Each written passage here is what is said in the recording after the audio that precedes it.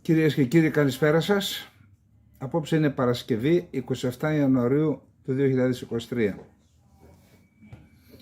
Πρώτα θα ήθελα να πω για τον Νίκο Ξυλούρη ότι ο σεβασμός μου και η αγάπη μου στην Κρήτη, όπως και σε όλες τις περιοχές της Ελλάδας, είναι δεδομένος. Πιστεύω όμως ότι είναι μεγάλη τύχη έχει η Κρήτη που έχει ένα Ξυλούρη, Νίκο Ξυλούρη. Ο Νίκος Ξυλούρης ανέδειξε την Κρήτη, την αξία της, τον πολιτισμό της σε όλο τον ελληνισμό, γιατί ως γνωστόν οι τοπικές μουσικές απευθύνονται σε περιορισμένο κοινό, δηλαδή στον τόπο τους.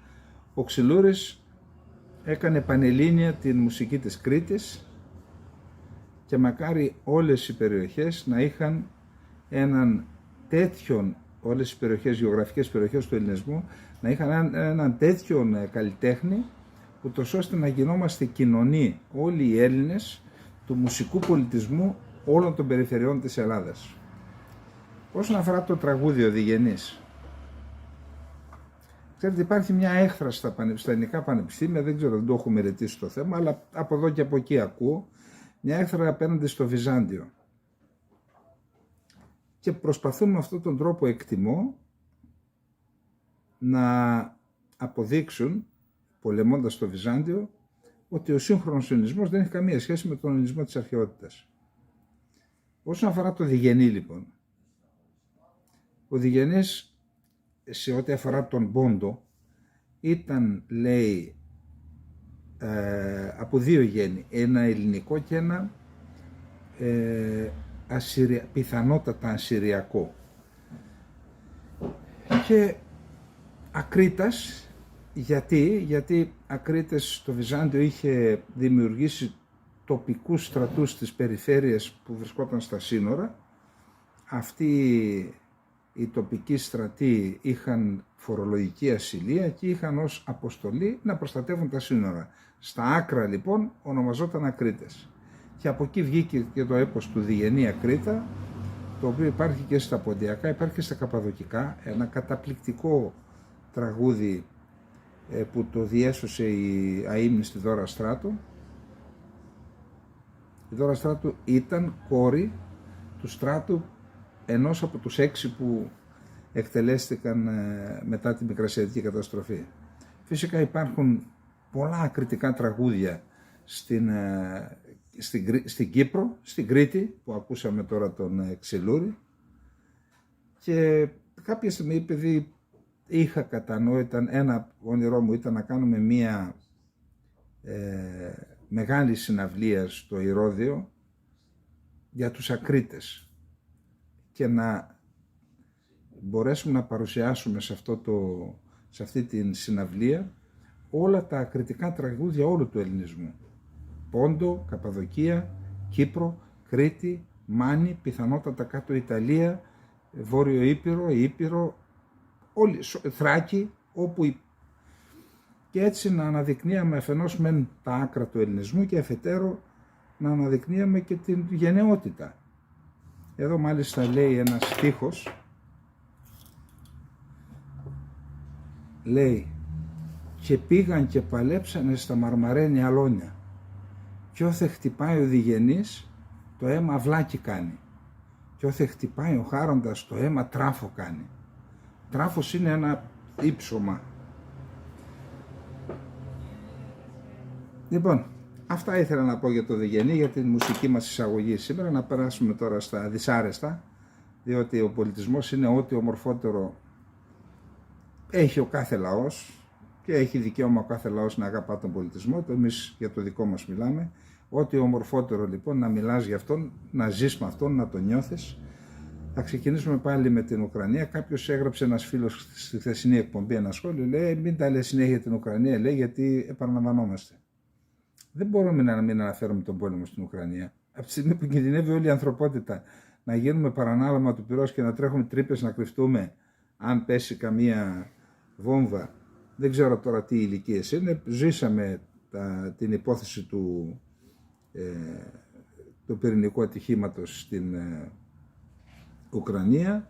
Αν θυμάστε τότε με τα μαρούλια και με τα λοιπά, από ό,τι μου λένε στις περιοχές του Πόντου είχαν εκατοντάδες χιλιάδες θανάτους, δεκάδες χιλιάδες τώρα δεν ξέρω. Μου λένε πάντως σε κάθε χωριό είχαν θανάτους από καρκίνους. Από το Τσερνομπίλ εννοώ. Και στην Ελλάδα πιθανότητα. Σκεφτείτε λοιπόν να πέσει κάποια βόμβα, τι έχει να γίνει. Ή να γίνει ένας πόλεμος πυρηνικός, θα μιλάμε για το τέλος του κόσμου. Πάμε λοιπόν τώρα να δούμε το πρώτο μας θέμα στην Ουκρανία. Η Πολωνία, εκτός από τα 14 Leopard, συνεχίζεται τώρα η συζήτηση για τα άρματα. Η Πολωνία δήλωσε ότι εκτός από τα 14 Leopard που διαθέτει, θα στείλει και 60 TAF-72 αναβαθμισμένα. Υπάρχει μια παραλλαγή αναβαθμισμένων TAF-72 που θεωρούνται και αυτά κανένα άρματα. Άρα συνολικά θα στείλει 74 άρματα. Ένας μεγάλος αριθμός. Και απορώ δηλαδή γιατί τόσο καιρό παρακαλούσαν την Γερμανία να δώσει την άδεια για τα 14 και δεν έστειλε απευθείας, δεν θα της έλεγε κανένας τίποτα, η Πολωνία. Άρα τώρα μετά την απόφαση λέει θα στείλω και άλλα 60. Τι σημαίνει αυτό? Ότι στόχος ήταν να λυγίσουν την αντίσταση της Γερμανίας και να τη βάλουν στο παιχνίδι. Θα δείτε στη συνέχεια τι γίνεται με αυτό το θέμα. Εν πάση περιπτώσει έχουμε 74 πολωνικά, κατά τα άλλα δεν έχουν αλλάξει τα δεδομένα. Οι Αμερικανοί θα τα δώσουν το καλοκαίρι και αν, γιατί όντως είναι άρματα που είναι πιο πολύπλοκα από τα ευρωπαϊκά, θέλουν και ιδιαίτερη εκπαίδευση, κυρίως η συντήρησή τους, θέλει προς το προσωπικό που θα τα συντηρήσει, θα χρειαστεί κάποιος να κατεβάσει κινητήρα. Ποιος θα τον κατεβάσει τον κινητήρα? Ποιος τεχνίτης θα τον κατεβάσει τον κινητήρα? Γιατί στα άρματα, ξέρετε, άμα συμβεί κάτι, κατεβαίνει ο κινητήρας, γίνεται επισκευή, ποιος θα τα κάνει όλα αυτά? Άρα είναι δύσκολη, δεν είναι πάρε, δεν είναι γιοταχή. Που... Επίσης είχαμε και μία, θα έλεγα, υπαναχώρηση από τη Γαλλία, παρότι είπε ότι εμείς δεν έχουμε κανένα πρόβλημα να στείλουμε. Εκεί εκτίμηση κάνω, δεν μεταφέρω πληροφορία, πιστεύω ότι οι στρατιωτικοί έβαλαν βέτο στο Μακρόν και είπαν έχουμε όλα και όλα 226 άρματα, από τα οποία Leclerc, από τα οποία το 40% τα έχουμε για εκπαίδευση, δεν μπορούν να σταλούν δηλαδή, για ασκήσεις και τέτοια. Τα υπόλοιπα είναι η καρδιά των τεθωρακισμένων σχηματισμών. Δεν έχουμε να στείλουμε ούτε ένα στην ουσία. Η Γαλλία λοιπόν είπε δεν στέλνω, επαναλαμβάνω. Μετά από την αντίδραση των αξιωματικών είπαν κόκκινη κάρτα δεν δίνουμε και η κυβέρνηση προσαρμόστηκε αναγκάστηκε να ακούσει τις εισηγήσεις των υπηρεσιακών παραγόντων. Αντίστοιχες εισηγήσεις ζητήθηκαν από την ελληνική ηγεσία του στρατεύματος. Δηλαδή, άδειασαν οι αποθήκες πυρομαχικών, δεν θέλω να γίνω συγκεκριμένος. Ζητήθηκαν εισηγήσεις από τις αρμόδιες διευθύνσεις του ΓΕΣ, του ΓΕΘΑ. Ζητήθηκαν εισηγήσεις να πέσουν υπογραφές εκεί και να έχει ο καθένας τις ευθύνες του στην ιστορία. Ή αποφασίστηκε, καταρχάς ακούω, μαθαίνω ότι όλα ήταν έτοιμα πριν μπουν οι Ρώσοι. Δηλαδή κάποια άλλη δύναμη έβαλε εδώ πέρα τους υποτακτικούς να τα ετοιμάσουν όλα και εκεί ο ρόλος των υπηρεσιακών παραγόντων τι είναι? Πού ορκίστηκαν αυτοί? Να υπακούν σε ποιανού εντολές, νόμους, σημαία, πού δεν υπάρχει, ο όρκος πού πήγε? Και βλέπουμε εδώ τους Γάλλους και λένε δεν φεύγει ούτε ένα άρμα. Τι να πει τώρα ο Μακρόν? Θυμάστε πέρυσι που παραιτήθηκε ο αρχηγός ΓΕΘΑ για θέματα του προϋπολογισμού? Εγώ λέω με αυτόν τον προβλησμό δεν μπορώ να φέρω σε πέρα στην αποστολή μου και παραιτήθηκε. Λοιπόν, αυτά για την για το θέμα των αρμάτων. Φαίνεται πάντως, ότι τον αριθμό των αρμάτων που είχαν βάλει ως κατώτατο όριο για να ξεκινήσουν την αερινή επίθεση οι Ουκρανοί, φαίνεται ότι θα το πετύχουν. Αν δώσουν δηλαδή 76 άρματα, 74 άρματα οι Πολωνοί, αν δώσουν και 50 που είπαν οι Ισπανοί και τα 14 που ακούμε από εδώ και από εκεί, τα 30 της Αμερικής, τότε μπορούμε να φτάσουμε τον αριθμό των 5 τεθωρακισμένων ταξιαρχιών με βάση τις εκτιμήσεις που κάνω. Από εκεί και μετά έχουμε εξελίξεις στο μέτωπο. Κοντά στην Κωνσταντίνιβκα είχαμε την κατάληψη μιας μικρής πόλης. Δεν υπάρχουν άλλες. 11 νεκροί από τις πυραυλικές επιθέσεις τις προχθεσινές είδα Ουκρανοί, 11 Ουκρανοί νεκροί. Άλλες εξελίξεις στα μέτωπα δεν υπάρχουν. Να περάσουμε στο δεύτερο θέμα μας. Το δεύτερο θέμα είναι ένα άρθρο του Bloomberg για το πού το πάει ο Πούτιν. Έχει ενδιαφέρον και θα δείτε παρακάτω τι εννοώ. Για μακροχρόνιο πόλεμο στην Ουκρανία ετοιμάζεται ο Πούτιν. Και μάλιστα ότι πάλι με βάση το Bloomberg ετοιμάζει νέα επίθεση το Φεβρουάριο ή Μάρτιο, κατά πάσα πιθανότητα, για να προλάβει την ανασύνταξη ή τον εξοπλισμό των τεθωρακισμένων ταξιαρχιών που μπορούν να επιτεθούν μετά το Μάρτιο. Σχεδόν ένα χρόνο μετά από την εισβολή που υποτίθεται ότι θα διαρκούσε μερικές εβδομάδες, ο πρόεδρος της Ρωσίας Βλαντιμίρ Πούτιν προετοιμάζει μια νέα επίθεση στην Ουκρανία, θωρακίζοντας ταυτόχρονα τη χώρα του για μια σύγκρουση με τη ΣΥΠΑ και τους συμμάχους τους που αναμένεται να διαρκέσει χρόνια. Σύμφωνα με τον Bloomberg, το Κρεμλίνο στοχεύει να αποδείξει ότι οι δυνάμεις του μπορούν να ανακτήσουν την πρωτοβουλία των κινήσεων μετά από μήνες απώλειας εδαφών. Έχασαν πολλά εδάφη, αποχώρησαν από το Κίεβο, από το Λίμαν, από το Ίζιουμ, μια μεγάλη περιοχή, από τη Χερσόνα φυσικά και από μερικές περιοχές εκεί κοντά στο Λισιτσάνσκ και από εκεί αποχώρησαν. Άρα τώρα ετοιμάζονται να ανακτήσουν την πρωτοβουλία των κινήσεων, ασκώντας έτσι πίεση στο Κίεβο και τους υποστηρικτές του να συμφωνήσουν σε κάποιο είδους εκεχηρία που θα αφήνει τη Ρωσία να ελέγχει τα εδάφη που τώρα κατέχει, σύμφωνα με αξιωματούχους, συμβούλους και άλλους που γνωρίζουν την κατάσταση στο μέτωπο. Ότι αυτός είναι ο σχεδιασμός του Πούτιν. Ακόμα και ο Πούτιν δεν μπορεί να αρνηθεί τις αδυναμίες του στρατού που διαθέτει και τον οποίο τον εξόπλιζε επί δεκαετίες, αφού τα στρατεύματά του έχασαν πάνω από τα μισά αρχικά τους κέρδη στην Ουκρανία, ανέφεραν πηγές που επικαλείται το Bloomberg. Τα εδάφη που σας είπα πριν από λίγο είναι τα μισά. Οι επόμενες αποτυχίες έχουν οδηγήσει πολλούς στο Κρεμλίνο να είναι πιο ρεαλιστές σχετικά με τις άμεσες φιλοδοξίες τους, αναγνωρίζοντας ότι ακόμα και η διατήρηση της τρέχουσας πρώτης γραμμής θα ήταν επίτευγμα. Βεβαίως θα ήταν επίτευγμα. Γιατί ξέρετε, δεν μπορείς να αμυνθείς σε αυτές. Πες ότι κατέχει και προσπαθεί να σταθεροποιηθεί σε αυτά τα εδάφη που κατέχει. Πώς θα αμυνθεί όταν είναι το έδαφος αναπεπταμένο? Πού να αμυνθείς? Κανονικά οι αμυντικές γραμμές γίνονται εκεί που υπάρχουν φυσικά εμπόδια, ποτάμια και βουνά. Ο ποταμός ο ένας είναι ο Δνίπερος, εκεί μπορεί να αμυνθεί ενώ στη Χερσόνα, δηλαδή δύσκολο να κάνουν διάβαση ποταμού εκεί οι Ουκρανοί, όμως από τη Ζαπορίζια μπορούν να παρακάμψουν το Δνίπερο και να χτυπήσουν στη νότια κατεύθυνση προέλασης που πιστεύω ότι εκείνος θα είναι και ο αντικειμενικός σκοπός, ο κύριος αντικειμενικός σκοπός. Άρα πώς θα αμυνθούν λοιπόν? Είναι δύσκολο να κρατήσουν τα εδάφη εάν όντως ανασυνταχθεί, αναδιοργανωθούν οι Ουκρανικές ένοπλες δυνάμεις, αν αποκτήσουν δε και μαχητικά, τότε θα έχουμε τρομερές εξελίξεις πιστεύω.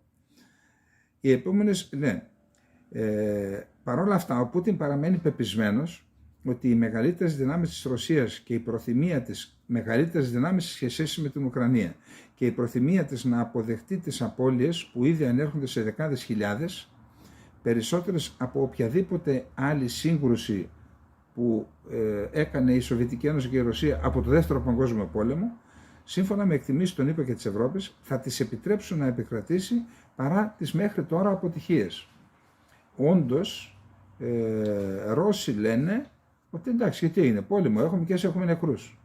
Υπάρχει αυτή η νοοτροπία, δεν είναι όπως στις ΗΠΑ που τα θέρετρα που έρχονταν από το Βιετνάμ επηρέασαν την πολιτική που ακολουθούσαν οι ΗΠΑ εκείνο τον πόλεμο, το αντιπολεμικό κίνημα που έγινε στην Αμερική, ούτε σε άλλες χώρες, ξέρετε, όταν γυρνάνε τα θέρετρα, με εξαίρεση στην Τουρκία. Στην Τουρκία, επειδή υπάρχει αυτή η έννοια ότι έγινες ιερομάρτης σεχίτ, θεωρούνται και τυχεροί οι συγγενείς των νεκρών. Αφού υπάρχει και αυτή η προκατάληψη, οι άνθρωποι δεν μπορούν να πούν τι κρίμα που πέθανε το παιδί μας, λένε εντάξει, είμαστε τυχεροί και έτσι δεν υπάρχει αντιπολεμικό κλίμα στην Τουρκία. Στην Ρωσία για άλλους λόγους. Ναι, πόλεμος είναι, δεν πειράζει, ας έχουμε και άλλους νεκρούς. Υπάρχουν και τα μέσα το κράτος που ελέγχει την κοινωνία με μεθόδους καταστολής. Η νέα επίθεση λοιπόν, λέει το Bloomberg, μπορεί να ξεκινήσει μόλις το Φεβρουάριο ή το Μάρτιο. Δήλωσαν άνθρωποι κοντά στο Κρεμλίνο. Τα σχόλιά τους επιβεβαιώνουν τις προειδοποιήσεις από την Ουκρανία και τους συμμάχους της ότι έρχεται μια νέα ρωσική επίθεση και υποδηλώνουν ότι μπορεί να ξεκινήσει πριν το Κίεβο λάβει τις πρόσφατα υποσχεθήσεις προμήθειας αμερικανικών και ευρωπαϊκών αρμάτων μάχης. Τώρα να κάνω ένα σχόλιο για αυτό το άρθρο.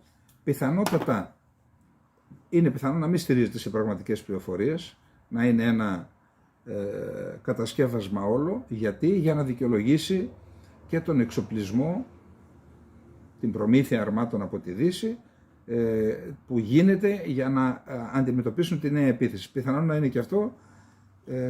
Είμαι υποχρεωμένος να διάβασα τι λέει το Bloomberg, τι λέει η Δύση. Λέω και την άποψή μου ότι πιθανόν να είναι και ένα άρθρο που γράφτηκε σκόπιμα. Τώρα, πάλι στο ίδιο θέμα, όσον αφορά λοιπόν τον πόλεμο, γιατί είδαμε χθες το Πολίτικο, εγώ θεωρώ ότι αυτό που διαβάσαμε χθες από το Πολίτικο, που επικαλείται διπλωμάτες δυτικούς, νομίζω ότι εκείνο είναι πιο πραγματικό, γιατί λέει διπλωμάτες, δεν είναι έτσι γενικόλογο, και τέλος πάντων αυτό που λέει συμβαδίζει με αυτά που είδαμε να γίνονται και αυτά που σχεδιάζονται πιθανόν. Λέει λοιπόν εκεί ότι αυτή η σαλαμοποίηση της παροχής οπλικών συστημάτων στην Ουκρανία ήταν η στρατηγική της Δύσης. Δεν θέλησαν να τα δώσουν από την αρχή για να μην έχουμε μια υπερβολική αντίδραση που μπορεί να έφτανε μέχρι και πυρηνικό πόλεμο. Σταδιακά μετρούσαν τις αντιδράσεις και τα αντανακλαστικά της Ρωσίας και έτσι φτάσαμε μέχρι τα άρματα και πλέον αρχίσαν να μιλάνε για τα μαχητικά. Και ότι, σύμφωνα με τους δυτικούς, αυτός ο πόλεμος μπορεί να πάει 3, 4, 5 ή και περισσότερα χρόνια. Επειδή λοιπόν υπάρχει αυτό, για να δούμε τι λέει και ένας πρώην πρόεδρος των ΗΠΑ. Εντάξει, είναι ο Τραμπ, ήταν ένας επιχειρηματίας που πιθανόν να μην έγινε και ποτέ πολιτικός, παρότι ήταν πρόεδρος των ΗΠΑ. Έκανε διάφορα πράγματα, δεν έχει σημασία τώρα, δεν ήταν πρόεδρος στην Ελλάδα να πούμε αν συμφωνούμε ή δεν συμφωνούμε. Να δούμε τι λέει όμως. Ήταν ο προηγούμενος πρόεδρος των ΗΠΑ. Ντόναλντ Τραμπ, αν ήμουν πρόεδρος των ΗΠΑ, σε 24 ώρες θα τελείωνα τον πόλεμο στην Ουκρανία. Να τερματιστεί η σύγκρουση με συμφωνία και όχι με δισεκατομμύρια δολάρια στο Κίεβο, λέει ο Τραμπ. Τη θέση ότι αν ήταν πρόεδρος των ΗΠΑ θα διαπραγματευόταν και θα πετύχαινε το τέλος του πολέμου στην Ουκρανία μέσα σε 24 ώρες, διατύπωσε ο Ντόναλντ Τραμπ, ο οποίος συνεχίζει τη δρυμία κριτική του κατά της πολιτικής που ακολουθεί η κυβέρνηση Biden απέναντι στη Ρωσία με αφορμή την Ουκρανική κρίση. Ακόμα και τώρα, αν ήμουν πρόεδρος των ΗΠΑ, θα μπορούσα να διαπραγματευτώ το τέλος αυτού του τρομερού πολέμου εντός 24 ωρών. Ανέφερε σε ανάρτησή του στο Truth Social ο Τραμπ. Ο Τραμπ ασκεί έντονη κριτική στον Biden για την πολιτική που ακολουθεί στο θέμα του πολέμου και υποστηρίζει ότι η σύγκρουση Ρωσίας-Ουκρανίας πρέπει να τερματιστεί με μια συμφωνία και όχι μέσω της αποστολής εκατοντάδων εκατομμυρίων δολαρίων στο Κίεβο, στο πλαίσιο της στρατιωτικής και οικονομικής βοήθειας των ΗΠΑ. Πιθανόν ήθελε να πει δισεκατομμυρίων. Στην τοποθέτηση αυτή πήραν την ευκαιρία οι Ρώσοι τώρα για να πούν να, έχουμε δίκιο. Στην τοποθέτηση αυτή του πρώην Προέδρου των ΗΠΑ αναφέρθηκε και ο εκπρόσωπος του Κρεμλίνου Δημήτρη Πεσκόφ, ο οποίος σημείωσε με νόημα πως ο Τραμπ δεν απέχει από την αλήθεια. Η δήλωση του Τραμπ δεν απέχει από την αλήθεια. Είπε ο Πεσκόφ. Θεωρητικά, ο Τραμπ δεν απέχει πολύ από την πραγματικότητα. Ο πρόεδρος των ΗΠΑ, εάν θέλει πραγματικά να βάλει τέλος σε αυτή τη σύγκρουση στην Ουκρανία, μπορεί να το κάνει πολύ γρήγορα, χρησιμοποιώντας τη δυνατότητά του να δώσει εντολή στο καθεστώς του Κιέβου. Μια τέτοιου είδους οδηγία για το καθεστώς του Κιέβου από την Ουάσιγκτον είναι αρκετή και τότε όλα μπορούν να τελειώσουν. Όχι βέβαια μέσα σε μία ή σε 2 μέρες, αλλά το κλειδί για το καθεστώς του Κιέβου βρίσκεται στα χέρια της Ουάσιγκτον. Όπως είπε ο Πεσκόφ, παρόλα αυτά, βλέπουμε ότι ο σημερινός επικεφαλής του Λευκού Οίκου δεν θέλει να χρησιμοποιήσει αυτό το κλειδί, αντίθετα επιλέγει το δρόμο της περαιτέρω παροχής όπλων στην Ουκρανία. Προειδοποίηση για πυρηνικό πόλεμο, προσέξτε.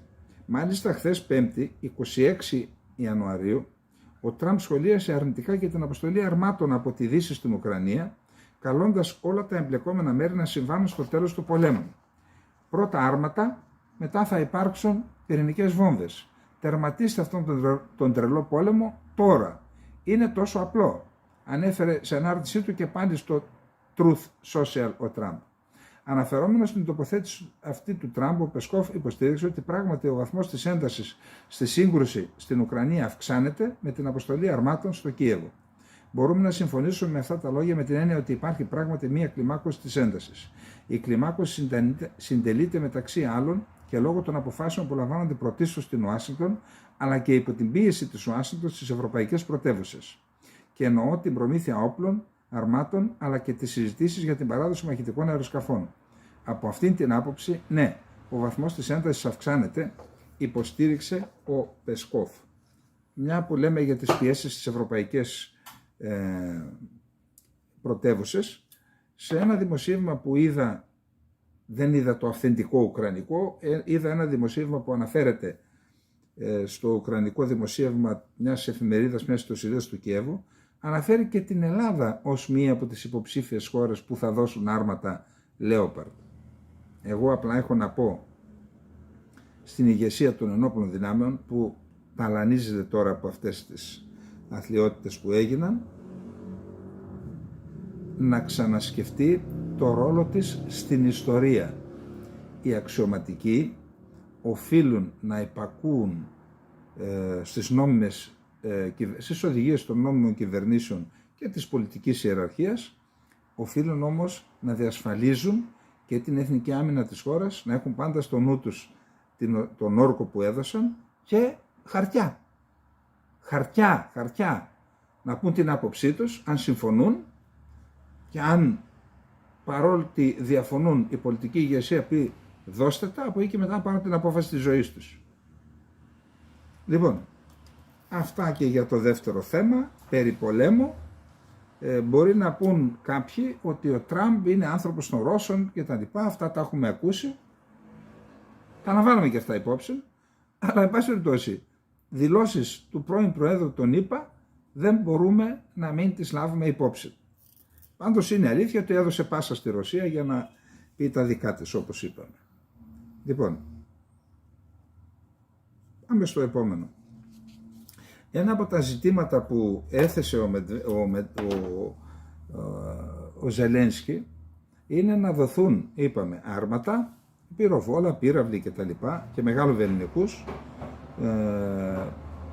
να δοθούν μαχητικά αεροσκάφη, θα δούμε παρακάτω τι λέει ο Σόλτς για αυτά, και να δοθούν και υποβρύχια.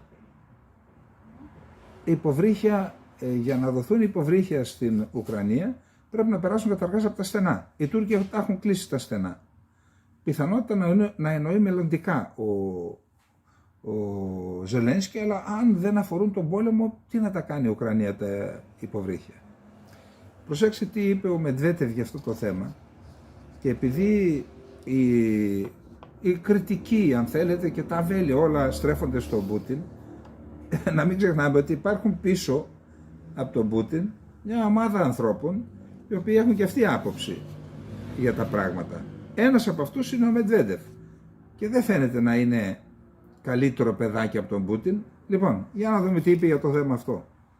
Η συνεχής επετεία θα τελειώσει με τους Ουκρανούς να συναντώνται σε μια βάρκα στη μέση του Δνήπερο, τραγουδώντας το Yellow Submarine.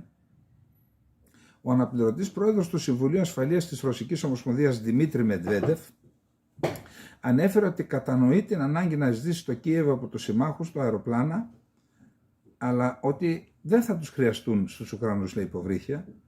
Το καθεστώς του Κιέβου σύντομα θα στερηθεί την πρόσβαση στη θάλασσα, έγραψε ο αναπληρωτής πρόεδρος του Συμβουλίου Ασφαλείας της Ρωσίας Δημήτρη Μετβέντεφ, σχολιάζοντας αναφορές ότι η Ουκρανία έχει ζητήσει υποβρύχια από τη Γερμανία. Δηλαδή εδώ ο Μετβέντεφ απειλεί ευθέως ότι θα καταλάβει και την Ουκρανία, αλλά και αυτή την ακτή που βρίσκεται δυτικά της Ουκρανίας, την οποία διεκδικεί η Ρουμανία, έτσι. Να το έχουμε υπόψη μας αυτό. Η Ρουμανία θεωρεί ότι αυτή η περιοχή δυτικά της Ουκρανίας είναι ρουμανικό έδαφος. Νωρίτερα το Σπίγκελ ανακοίνωσε ότι ο αναπληρωτής υπουργός εξωτερικών της Ουκρανίας, Αντρέι Μέλνικ, ζήτησε από τη Γερμανία να παραδώσει μαχητικά αεροσκάφη, πολεμικά πλοία και υποβρύχια στην Ουκρανία. Εντάξει, τα αεροπλάνα είναι κατά κάποιο τρόπο κατανοητόν να τα ζητεί. Η αλήθεια είναι ότι ουσιαστικά δεν έχουν κανονικούς διαδρόμους και έχουμε κλείσει τον ουρανό πάνω από την Ουκρανία. Αλλά τα υποβρύχια τα χρειάζονται πραγματικά. Ειδικά αν λάβετε υπόψη ότι το καθεστώς του Κιέβου δεν θα έχει διέξοδο στη θάλασσα, είπε ειρωνικά ο Μετβέντεφ. Σύμφωνα με τον ίδιο, η συνεχής επετεία θα τελειώσει με τους Ουκρανούς να συναντώνται σε μια βάρκα στη μέση του Δνίπερου, τραγουδώντας το Yellow Submarine, και το υποβρύχιο θα είναι στο χρώμα της Ουκρανικής σημαίας. Η γερμανική κυβέρνηση επιβεβαίωσε ότι θα στείλει 14 άρματα μάχης, τα έχουμε πει αυτά, Λέοπαρ στην Ουκρανία, αναφέρει το Γερμανικό Υπουργικό Συμβούλιο και επιβεβαιώνει ότι και άλλοι Ευρωπαίοι εταίροι θα στείλουν άρματα μάχης στο Κίεβο. Ανέφερα λοιπόν, θεώρησα σωστό να αναφέρω αυτή το λογοπαίγνιο θα έλεγα, την ηρωνία του Μετβέντεφ, αλλά μπαστορτός είναι και μια ευθεία απειλή. Πιθανότατα ο Μετβέντεφ έχει στο νου του αυτό το σχέδιο το αρχικό που ήθελαν μετά τη Χερσόνα να καταλάβουν το Μικολάγεφ. Μετά το Μικολάγεφ, αν και υπάρχουν ποτάμια, δεν ήταν εύκολη προέλαση, ίσως να παρακάμψουν την Οδυσσό, να την αποκλείσουν από την επόμενη Ουκρανία και να ενώσουν την περιοχή αυτή με την Υπερδνηστερία, την αυτόνομη περιοχή της Υπερδνηστερίας που ανήκει κανονικά, νόμιμα, στην επικράτεια της Μολδαβίας. Αυτό ήταν το σχέδιό τους. Εάν απέκλειαν την Οδυσσό από την υπόλοιπη Ουκρανία, κάποια στιγμή η Οδυσσός θα υποχρεωνόταν να παραδοθεί, με δεδομένο ότι με βάση τα αποτελέσματα των εκλογών από το 1992 και σήμερα, ο πληθυσμός της Οδυσσού στις περισσότερες εκλογές, αν όχι σε όλες, έφερε ποσοστά περίπου 70% υπέρ των φιλορώσων προέδρων. Αυτό κάτι λέει. Λοιπόν, αυτό και με το λογοπαίγνιο του Μετβέντεφ, το οποίο θεωρώ, επαναλαμβάνω, ότι έχει τη σημασία του, επειδή φαίνεται ότι σε κάποια μυαλά Ρώσων είναι ακόμα ζωντανό το σχέδιο να αποκόψουν την Ουκρανία εντελώς από τις θάλασσες, εκτός και αν είναι ένας απλός εκφοβισμός. Αλλά, εν πάση περιπτώσει, όταν μιλάει ο Αντιπρόεδρος του Συμβουλίου Ασφαλείας, όλα αυτά καταγράφονται, δεν είναι αστεία. Λοιπόν, τώρα, διάβασα ένα άρθρο στη Deutsche Welle, πώς έπεισε, πώς πίστηκε τελικός ο Σόλτς να στείλει άρματα, αλλά τα Λέοπαρτα, πώς πίστηκε όμως και τι παιχνίδι παίχτηκε μεταξύ Biden και Σόλτς, ούτως ώστε τελικώς να κρυφτεί πίσω από τα μη-1 Άμπραμς της Αμερικής η Γερμανία και να πει, ορίστε, δεν δίνω μόνος, δίνει όλη η συμμαχία, δίνω κι εγώ. Αυτό ήταν όλο το σκεπτικό.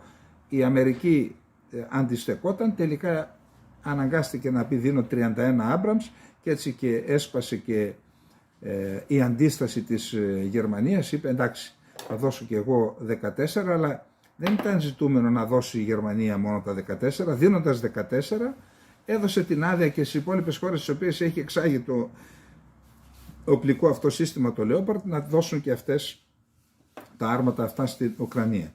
Τώρα όμως έρχεται το θέμα των μαχητικών και μάλιστα ζητούν από τη Γερμανία μαχητικά. Η Γερμανία έχει όντως καλό στόλο μαχητικών, έχει τα Eurofighter όπως είπαμε, και έρχεται ο Σόλτς και λέγει κατηγορηματικό όχι στην αποστολή πολεμικών αεροσκαφών στην Ουκρανία. Μετά το ναι στην αποστολή γερμανικών Λέοπαρ στην Ουκρανία, ένα ναι που υπόθηκε με δυσκολία, και αφού πρώτα η Αμερική είπε στέλνω εγώ τα μη-1 Άμπραμς τα άρματα. Λοιπόν, μετά το ναι στην αποστολή των γερμανικών Λέοπαρ στην Ουκρανία, ο καγκελάριος Σόλτς απορρίπτει την αποστολή μαχητικών αεροσκαφών, κάτι που ζητά τώρα ο Ζελένσκι. η Γερμανία έλαβε τελικά τη δύσκολη απόφαση για αποστολή βαρέων αρμάτων μάχης Λέοπαρντ στην Ουκρανία, σημειώνοντας άλλη μια ιστορική στροφή στην πολιτική ασφάλειας δεκαετιών. Η Γερμανία ήταν συνεπής απέναντι στη δέσμευσή της να επιδείξει αλληλεγγύη στηρίζοντας την Ουκρανία απέναντι στον ιμπεριαλιστικό πόλεμο του Πούτιν, επανέλαβε ο καγκελάριος Σόλτς μιλώντας χθες το βράδυ στο δίκτυο ZDF. Για τον καγκελάριο, η Ρωσία πρέπει να αποτύχει στο στόχο της να υποτάξει την Ουκρανία, η οποία πρέπει να υπερασπιστεί την κυριαρχία και την εδαφική της ακεραιότητα. Τι καλά να τα λέγανε αυτά για την Κύπρο, Ωραία, δεν θα ήταν. Αλλά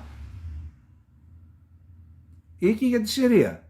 Και η Συρία την έχουν καταλάβει διάφορες δυνάμεις. Ασχέτως τώρα το τι συμφέρει την Ελλάδα. Λέμε, εάν η Δύση κινείται επί τη βάση αρχών και όχι συμφερόντων. Διότι εδώ το επιχείρημα είναι ότι εμείς είμαστε δημοκρατικός κόσμος και όποιου τα σύνορα παραβιάζονται, εμείς πρέπει να τα υπερασπιζόμαστε. Της Κύπρου παραβιάστηκαν, γιατί δεν υπερασπίζεται η Δύση. Της Συρίας παραβιάστηκαν, γιατί δεν τα υπερασπίστηκε. Του Ιράκ παραβιάστηκαν από την Τουρκία, γιατί δεν τα υπερασπίζεται. Γιατί? Διότι δεν είμαστε στη βάση αρχών και αυτά που λένε ότι η Ρωσία είναι απολυταρχικό κράτος κτλ. Αυτά είναι παραμύθια της χαλιμάς. Τα συμφέροντα είναι. Μόνον αυτά παίζουν το ρόλο τους στη χάραξη της πολιτικής. Κάθε κράτος είναι ζωντανός οργανισμός και κινείται για την επιβίωσή του πάντα με βάση το συμφέρον. Και γι' αυτό λέω πολλές φορές ότι η Ελλάδα δεν είναι κανονικό κράτος, διότι δεν κινείται πάντα με βάση το συμφέρον της. Διότι κινείται, υπάρχουν άλλα ζητήματα, στο τέλος έχω να πω κάτι γι' αυτό. Λοιπόν, ωστόσο σε καμιά περίπτωση δεν πρέπει να οδηγηθούμε σε έναν πόλεμο Ρωσίας και ΝΑΤΟ και γι' αυτό θα κάνουμε τα πάντα, τόνισε για άλλη μια φορά, απορρίπτοντας κατηγορηματικά, όπως και χθες από το βήμα του Κοινοβουλίου, την αποστολή πολεμικών αεροσκαφών και πεζικού στην Ουκρανία, δηλαδή να πάνε οι Γερμανοί στρατιώτες. Η απάντηση αυτή έρχεται μάλιστα την ώρα που ο Ζελένσκι, σε νέο βιντεοσκοπημένο μήνυμά του, ευχαριστεί τη Γερμανία για την απόφαση να στείλει Λέοπαρντ στην Ουκρανία, ζητά όμως παράλληλα από τους δυτικούς συμμάχους να στείλουν στην Ουκρανία επιπλέον μαχητικά αεροσκάφη και πυράβλους μεγάλου βεληνικούς. Όσο περισσότερη στήριξη λάβουν οι Ουκρανοί ήρωες στο μέτωπο, τόσο πιο γρήγορα θα τερματιστεί η ρωσική επιθετικότητα, αναφέρει στο μήνυμά του. Και ο Υφυπουργός Εξωτερικών της Ουκρανίας και πρώην πρέσβης της χώρας στο Βερολίνο, Αντρέι Μέλνικ, αναφωνεί «Αλληλούια» μέσω Twitter για την αποστολή βαρέων αρμάτων, καλώντας τη Δύση να συστήσει από εδώ και πέρα μια δυνατή συμμαχία με μαχητικά αεροσκάφη όπως F-16 και F-35 υπέρ της Ουκρανίας. Εδώ να πω, διαβάζω ορισμένα άρθρα που λένε ότι τα γερμανικά άρματα που είναι από 55 μέχρι 65 τόνους είναι δύσκολο να κινηθούν σε όλες τις γέφυρες, γιατί πολλές γέφυρες έχουν όριο διέλευσης αρμάτων μέχρι 50 τόνους. Υπάρχει αυτό το πρόβλημα, αλλά νομίζω ότι αυτό μπορεί να ξεπεραστεί. Την ίδια ώρα, μετά τις έντονες επικρίσεις που δέχθηκε ο Σόλτς στο εσωτερικό της χώρας του για ολιγορία και διστακτικότητα ως προς την αποστολή Λέοπαρντ στην Ουκρανία, ο ίδιος θέλησε να υπογραμμίσει ότι η συγκυβέρνηση σοσιαλδημοκρατών, πρασίνων και φιλελευθέρων είναι απολύτως σύμφωνη με την απόφαση για τα Λέοπαρντ και ότι υπάρχει σύμπνοια τόσο με τον αντικαγκελάριο Χάμπεκ από τους Πράσινους, όσο και τον αρχηγό των Φιλελευθέρων και Υπουργό Οικονομικών Κρίστιαν Λίντλερ. Υπάρχει απόλυτη ομοφωνία στους κυβερνητικούς εταίρους ως προς την προσέγγιση της γερμανικής κυβέρνησης. Ήταν το μήνυμα που έστειλε ο Σόλτς. Την απόφαση για αποστολή γερμανικών βαρέων αρμάτων χαιρετίζει και η αξιωματική αντιπολίτευση, με τον επικεφαλής των χριστιανοδημοκρατιών Φρίντριχ Μέρτς να αποκλείει επίσης μια μελλοντική αποστολή πολεμικών αεροσκαφών στην Ουκρανία. Επικρίνει ωστόσο τη στάση του Σόλτς, ο οποίος όλους αυτούς τους μήνες έστειλε λάθος εικόνα για τη Γερμανία στην Ευρώπη. Εδώ βλέπουμε ότι υπάρχει ένα μέτωπο στη Γερμανία. Κυβέρνηση σύσσωμη, δεν στέλνουν μαχητικά, και έρχεται και το CDU, το Χριστιανοδημοκρατικό Κόμμα, και λέει όχι μαχητικά. Εδώ φαίνεται ότι υπάρχει εθνικό μέτωπο στην Γερμανία να μην στείλουν. Τώρα προσέξτε, να πάμε στο επόμενο θέμα.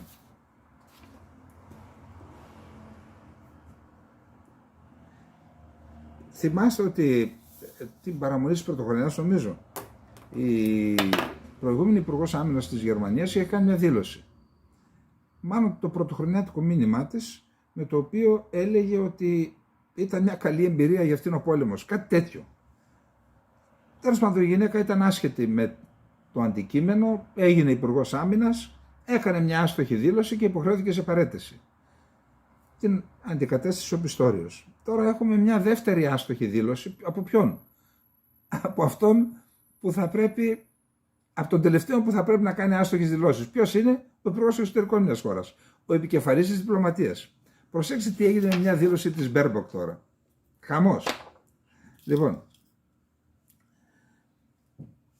η Γερμανίδα υπουργός εξωτερικών Αναλένα Μπέρμποκ έχει επανειλημμένα καταστήσει σαφές ότι το ΝΑΤΟ δεν πρέπει να εμπλακεί στον πόλεμο στην Ουκρανία, δήλωσε σήμερα εκπρόσωπος του Γερμανικού Υπουργείου Εξωτερικών, απαντώντας στον θόρυβο που έχει δημιουργηθεί από ένα σχόλιο περί πολέμου εναντίον της Ρωσίας που έκανε η υπουργός Αναλένα Μπέρμποκ. Σε ομιλία της την Τρίτη στο Συμβούλιο της Ευρώπης στο Στρασβούργο, η Μπέρμποκ δήλωσε μιλώντας στα αγγλικά ότι πολεμάμε έναν πόλεμο εναντίον της Ρωσίας, όχι εναντίον αλλήλων. Η ρωσική προπαγάνδα παίρνει συνεχώς δηλώσεις, προτάσεις, στάσεις, θέσεις της κυβέρνησης των εταίρων μας και τις χρησιμοποιεί για να εξυπηρετήσει τους σκοπούς της, δήλωσε σήμερα ο εκπρόσωπος του Γερμανικού Υπουργείου Εξωτερικών.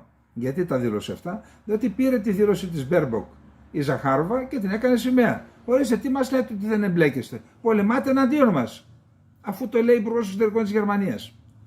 Η εκπρόσωπος του Ρωσικού Υπουργείου Εξωτερικών, Μαρία Ζαχάροβα, ζήτησε νωρίτερα σήμερα εξηγήσεις από τον πρεσβευτή της Γερμανίας στη Μόσχα σχετικά με τις αντιφατικές δηλώσεις από το Βερολίνο, επισημένοντας πως από τη μία πλευρά η Γερμανία δηλώνει πως δεν αποτελεί μέρος της σύγκρουσης στην Ουκρανία, αλλά από την άλλη η ίδια η Μπέρμποκ λέει ότι οι χώρες της Ευρώπης βρίσκονται σε πόλεμο με τη Ρωσία. Άρα για καταλαβαίνουν οι ίδιοι για ποιο πράγμα μιλάνε, έγραψε η Ζαχάροβα στην εφαρμογή μηνυμάτων στο Telegram. Τα ρωσικά κρατικά μέσα μαζικής ενημέρωσης χρησιμοποίησαν αμέσως αυτή τη δήλωση ως απόδειξη ότι η Γερμανία και άλλες χώρες της Ευρωπαϊκής Ένωσης εμπλέκονται άμεσα στη σύγκρουση στην Ουκρανία και πολεμούν εναντίον της Ρωσίας. Η ειδική σε θέματα ασφάλειας Κλαούντια Μάγιορ του Γερμανικού Ινστιτούτου Διεθνών Υποθέσεων και Ασφάλειας δήλωσε σήμερα στο δημόσιο τηλεοπτικό δίκτυο ZDF πως επρόκειτο για ένα εξαιρετικά ατυχές γλωσσικό ολίσθημα της Μπέρμποκ, το οποίο εκμεταλλεύεται τώρα η ρωσική κρατική προπαγάνδα. Τώρα, να είμαστε ειλικρινείς, την αλήθεια είπε η γυναίκα. Όταν στέλνεις όπλα σε έναν εμπόλεμο να πολεμήσει έναν άλλον, δεν είσαι μέρος του πολέμου? Για να μην πω τώρα για τους συμβούλους που είναι εκεί, να μην πω για τους εθελοντές ή μισθοφόρους, και από τη μια και από την άλλη πλευρά, έτσι δεν... Άρα, τι λέμε τώρα? Λοιπόν, τέλος πάντων αυτό ήταν και το επόμενο θέμα. Να πάμε τώρα στον κύριο Μπαϊρακτάρ. Ξέρετε, υπάρχει ο δημοσιογράφος Αμπτουλάχ Μποζκούρτ, παλαιός διευθυντής της εφημερίδας Ζαμάν, ο οποίος ζει τώρα στη Στοκχόλμη. Να σας πω ότι διάβαζα την εφημερίδα όσο ήμουν στην Τουρκία. Πουλούσε τότε, κρατηθείτε, 1.200.000 φύλλα ημερήσια εφημερίδα, την ημέρα. Δηλαδή, όσες πουλάνε ελληνικές εφημερίδες 2 μήνες, όλες μαζί. 1.200.000 φύλλα, δεν ξέρω αν πουλάνε και οι δικές μας τόσες, ούτε σε 2-3 μισό χρόνο. Άρα έχει τεράστια δύναμη ο άνθρωπος. Τέλος πάντων διώκεται. Τότε την διάβαζε την Ζαμάν, την εφημερίδα Ζαμάν, και ο Ερντογάν, έτσι. Μέσα από αυτή περνούσε την προπαγάνδα του. Εν πάση περιπτώσει, έγινε σύγκρουση στη διανομή της εξουσίας μεταξύ Γκιουλέν και Ερντογάν. Εκεί συγκρούστηκαν, δεν τα βρήκαν και ο Ερντογάν που έμεινε στην εξουσία τον χαρακτήρισε τρομοκράτη. Ενώ μέχρι πριν τη σύγκρουση ήταν συμμέτοχος στην εξουσία, έτσι, συγκυβερνών.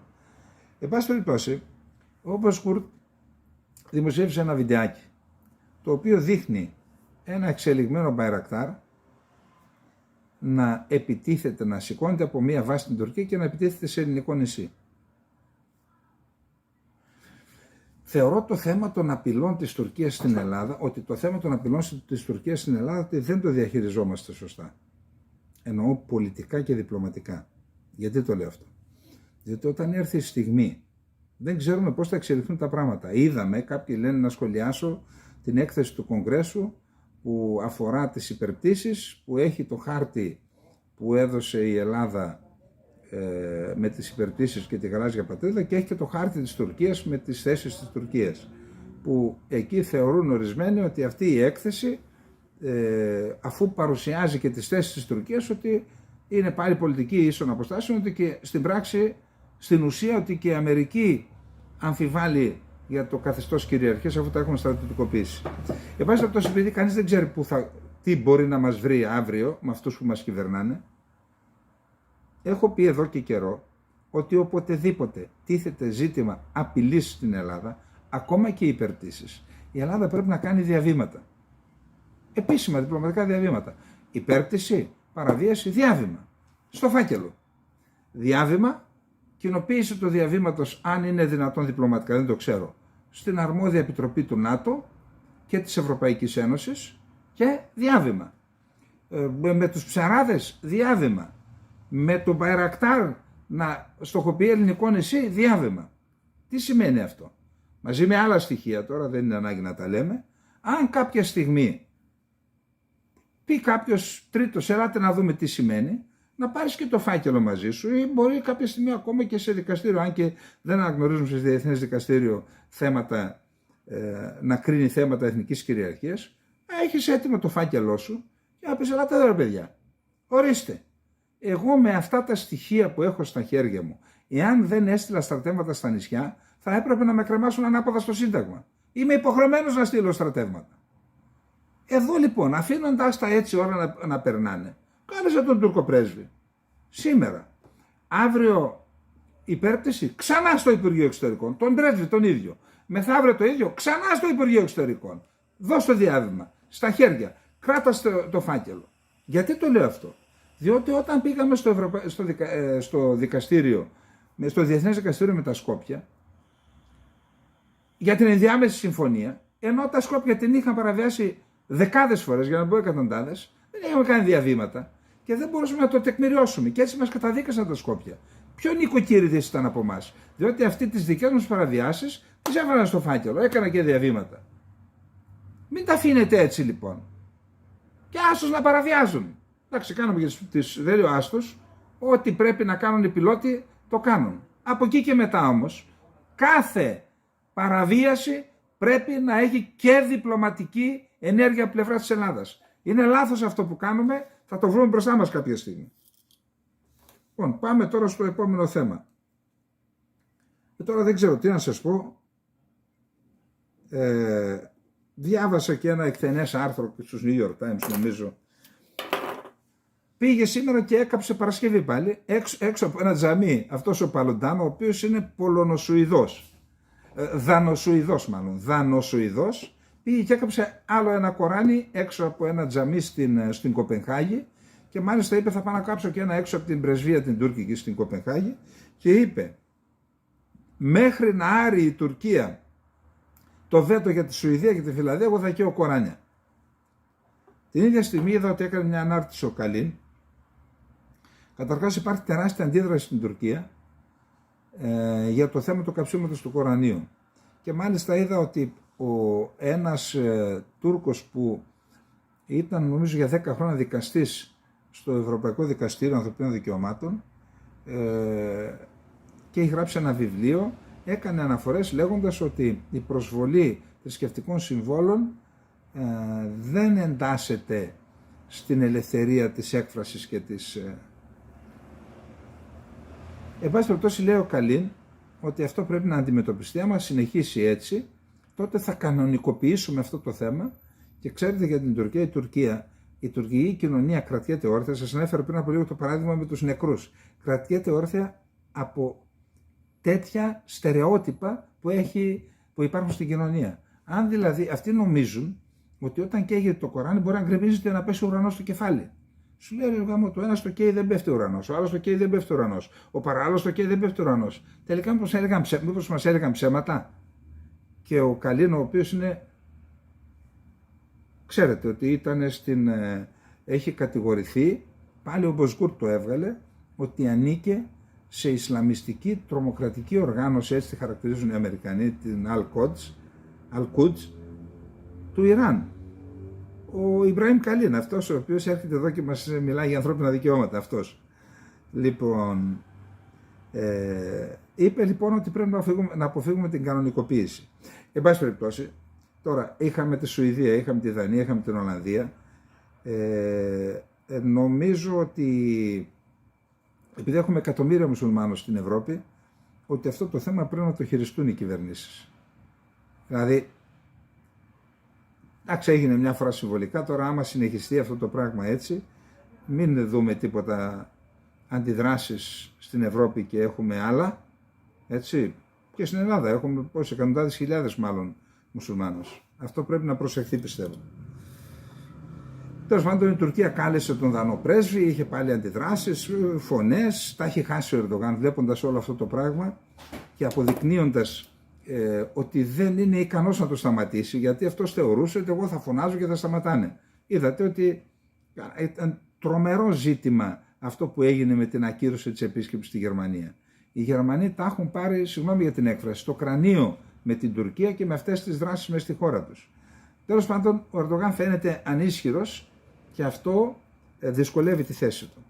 Πάμε τώρα στο επόμενο θέμα. Λοιπόν, το επόμενο θέμα είναι η δήλωση της Νούλαντ. Η Νούλαντ, ξέρετε, είναι γνωστή, είναι η Αμερικανίδα αξιωματούχος η οποία διοργάνωσε, υπάρχει και ηχητικό έτσι, μαζί με τον κύριο Πάγιατ που ήρθε μετά εδώ πρέσβης, διοργάνωσαν τα γεγονότα του Μεϊντάν. Με τους νεοναζί, όλα αυτά, έτσι, μην τα ξεχνάμε. Εν πάση περιπτώσει, είναι ισχυρός παράγοντας στην Ουάσιγκτον, τώρα είναι υπουργός εξωτερικών και δήλωσε ότι η Τουρκία, εάν άρει το βέτο για την Σουηδία και τη Φινλανδία, τότε αυτό μπορεί να αντιμετωπιστεί θετικά, να μαλακώσει δηλαδή το Κογκρέσο. Η Τουρκία τα έχει πάλι στα κάγκελα είναι με αυτό το δημοσίευμα. Πραγματικά γίνεται χαμός, θεωρούν ότι οι ΗΠΑ έχουν αντισυμμαχική συμπεριφορά, ότι στην ουσία και οι ΗΠΑ δεν λαμβάνουν υπόψη τις συστάσεις της Τουρκίας για το κάψιμο του Κορανίου, για παράδειγμα. Επίσης είχαμε τρομερές αντιδράσεις στην Τουρκία και με το βιβλίο του προηγούμενου Υπουργού Εξωτερικών, ο οποίος έγραψε ότι πήγα να σπάσει την πόρτα. Όντως έπιασε την πόρτα να τη σπάσει, γιατί είχαν του Μάικ Πομπέο, γιατί είχαν κλείσει μέσα τον Μάικ Πένς, τον αντιπρόεδρο, επί 3 ώρες. Καλά, οι Τούρκοι να καταλαβαίνουν οι Αμερικανοί με ποιους έχουν να κάνουν. Εν πάση περιπτώσει, για αυτά που γράφει, αλλά και για τις αναφορές του στην Ελλάδα, για τις αναφορές στους Κούρδους, για όλα αυτά έχουν ανεβεί στα κάγκελα οι Τούρκοι. Είχαμε δήλωση του Τσαβούσογλου, την πιο σκληρή δήλωση την έκανε ο Καλίν, κάλεσε αμέσως για συνέντευξη εναντίον του Πομπέο και τον κατηγόρησαν ότι έγραψε το βιβλίο και κάνει αυτές τις αναφορές γιατί θέλει να φανεί καλός στην ελληνική μειονότητα στις ΗΠΑ, στην ελληνική κοινότητα, δεν είναι μειονότητα, για να εξασφαλίσει ψήφους. Εδώ να σας πω ότι η Τουρκία έχει τη δική της στρατηγική, θέλει να αποκτήσει και αυτή τη δική της κοινότητα στη ΣΥΠΑ, γι' αυτό στέλνει το τουρκικό κράτος στο Μεξικό πολίτες, τους δίνει και φράγκα να περνά παράνομα στην Αμερική. Σκεφτείτε ότι ενώ τα προηγούμενα χρόνια είχαμε 2.000-1.500 που περνούσαν από το Μεξικό στην Αμερική, στις ΗΠΑ, το 2022 πόσοι λέτε ότι πέρασαν? 22.000 Τούρκοι. Αυτό είναι στρατηγική της Άγκυρας. Δεν ξέρω αν το έχουν καταλάβει τα τζιμάνια στην Ουάσιγκτον. Είναι στρατηγική της Άγκυρας. Θέλει να αποκτήσει, όπως η Ελλάδα έχει 1,5 εκατομμύριο Έλληνες, πόσο έχει εκεί, δεν ξέρω, να αποκτήσει και η Τουρκία ισχυρή τουρκική κοινότητα για να εξυπηρετεί τα συμφέροντά τους όπως κάνουν οι Έλληνες στην Αμερική. Λοιπόν, πάμε τώρα στο επόμενο θέμα.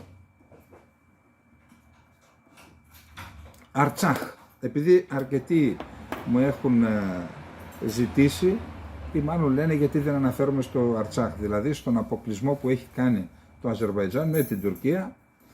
Στους 120.000 έχουν μείνει Αρμένοι στο Αρτσάχ, στον Αγκόρνο Καραμπάχ. Επειδή έχω πάει στην περιοχή, πήγα όταν ακόμα ήταν ελεύθερο και ενωμένο σε μεγάλο βαθμό με την Αρμενία, εννοώ γεωγραφικά, ενωμένο δεν ήταν ουσιαστικά, υπήρχε ελεύθερη πρόσβαση δηλαδή. Τώρα, μετά τον πόλεμο την επίθεση που έκανε το Αζερβαϊτζάν με τη βοήθεια της Τουρκίας, αλλά και την υλικοτεχνική βοήθεια του Ισραήλ με τα όπλα που είχε δώσει εδώ και χρόνια, με σύγχρονα όπλα, οι Αρμένοι ιτήθηκαν, έχασαν τα εδάφη, δεν έχασαν μόνο τα εδάφη που είχαν κατακτήσει στον πόλεμο του 1992-1993, επέτρεψαν στους Αζέρους να κλείσουν και την πρόσβαση που είχαν προς την Αρμενία.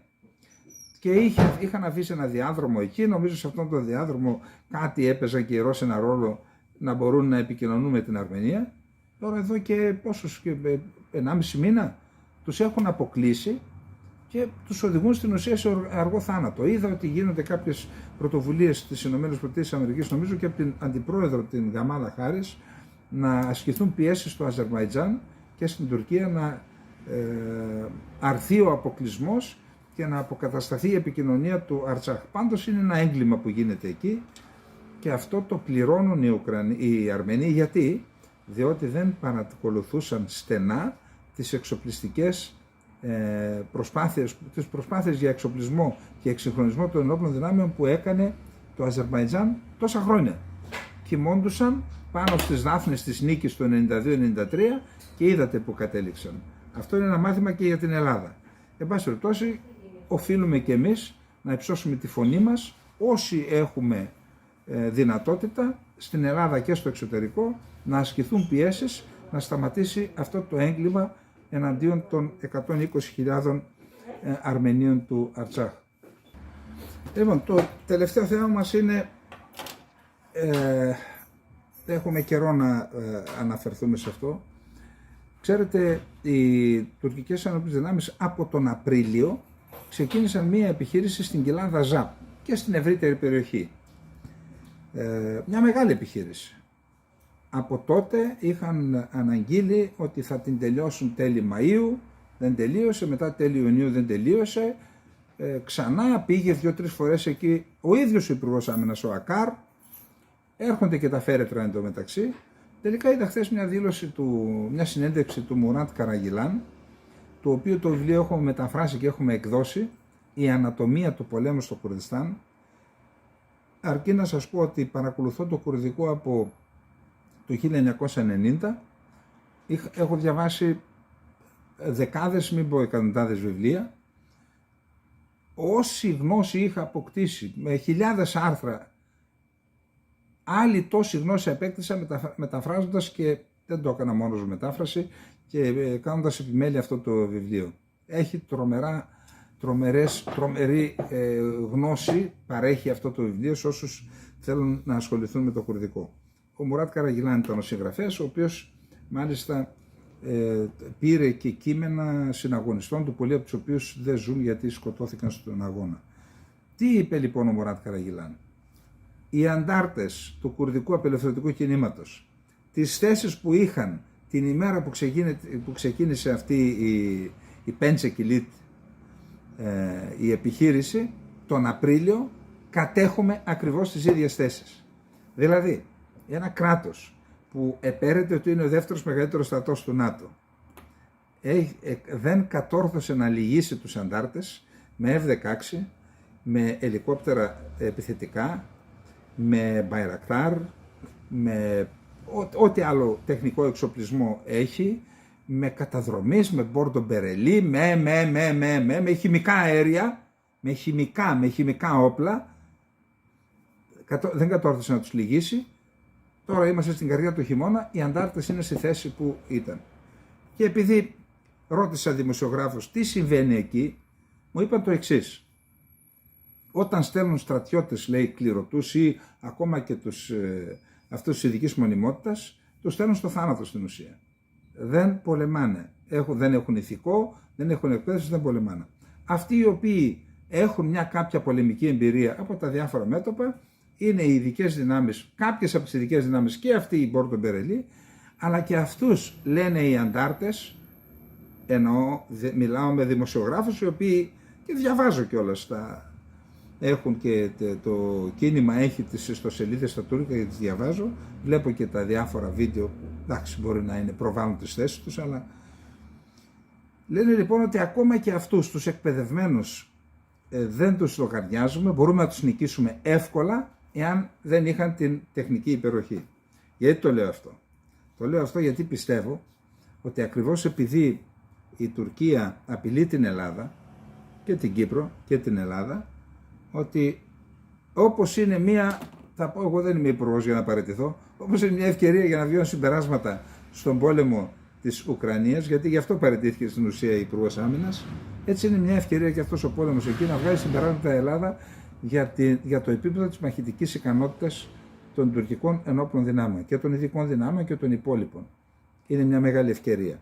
Και θα έλεγα, τώρα δεν ξέρω τι κάνουν οι υπηρεσίες, ότι θα πρέπει να ρίξουν μια ματιά τι συμβαίνει και στο Κουρδιστάν και σε αυτή την περίφημη επιχείρηση που διαφημίζουν τόσο πολύ